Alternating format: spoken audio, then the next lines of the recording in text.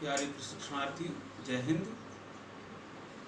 आशा करता हूँ आप लोग स्वस्थ होंगे, सुरक्षित होंगे और शासन के नियमों को, जो लॉकडाउन के लिए आदेश जारी किए गए, उनका पालन आप कर रहे होंगे, सामाजिक दूरी को बनाए होंगे।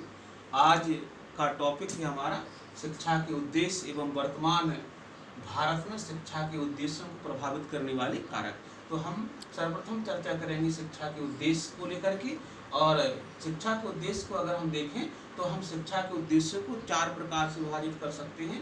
पहला उद्देश्य होगा हमारा विशिष्ट उद्देश्य, दूसरा सार्वभौमिक उद्देश्य, तीसरा व्यक्तिगत उद्देश्य और चौथा सामाजिक उद्देश्य। विशिष्ट उद्देश्य की अगर हम चर्चा करते हैं तो ये इसको हम असाधारण या सामान्य उद्देश्य की संज्ञा देते हैं, क्योंकि ये किसी विशेष प्रयोजन के तहत उद्देश्य बनाया जाता है और किसी को ध्यान में रख करके या विशेष कारण को ध्यान में रख करके किया जाता है। ये लचीले होते हैं, अनुकूलन युक्त होते हैं और परिवर्तनशील होते हैं। तो ये था विशिष्ट उद्देश्य। दूसरा है सार्वभौमिक उद्देश्य।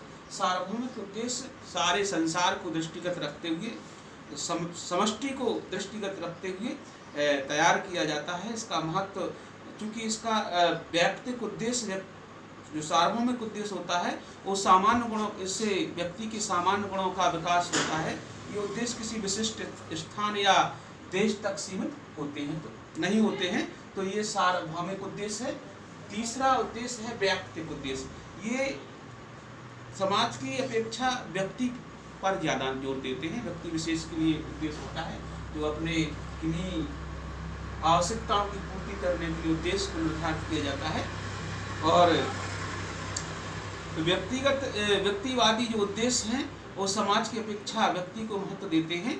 और शिक्षा का उद्देश्य व्यक्ति को की व्यक्तिगत शक्तियों के पूर्ण विकास पर जोर दिया जाता है। अंतिम चौथा है हमारा सामाजिक उद्देश्य। अगर हम सामाजिक उद्देश्य की बात करते हैं तो समाज को महत्वपूर्ण माना जाता है। इस समय समाज को बहुत महत्व दिया जाता है, अतः ये शिक्षा के सामाजिक उद्देश्य पर विशेष बल देते हैं। क्योंकि शिक्षा का उद्देश्य ही है सर्वांगीण विकास, और सर्वांगीण विकास को ध्यान में रखते हुए सामाजिक उद्देश्य समाज को आगे बढ़ाने के लिए होता है। तो ये था शिक्षा के उद्देश्य जो विभिन्न 4 प्रकार से बताए गए हैं। अब हम जानेंगे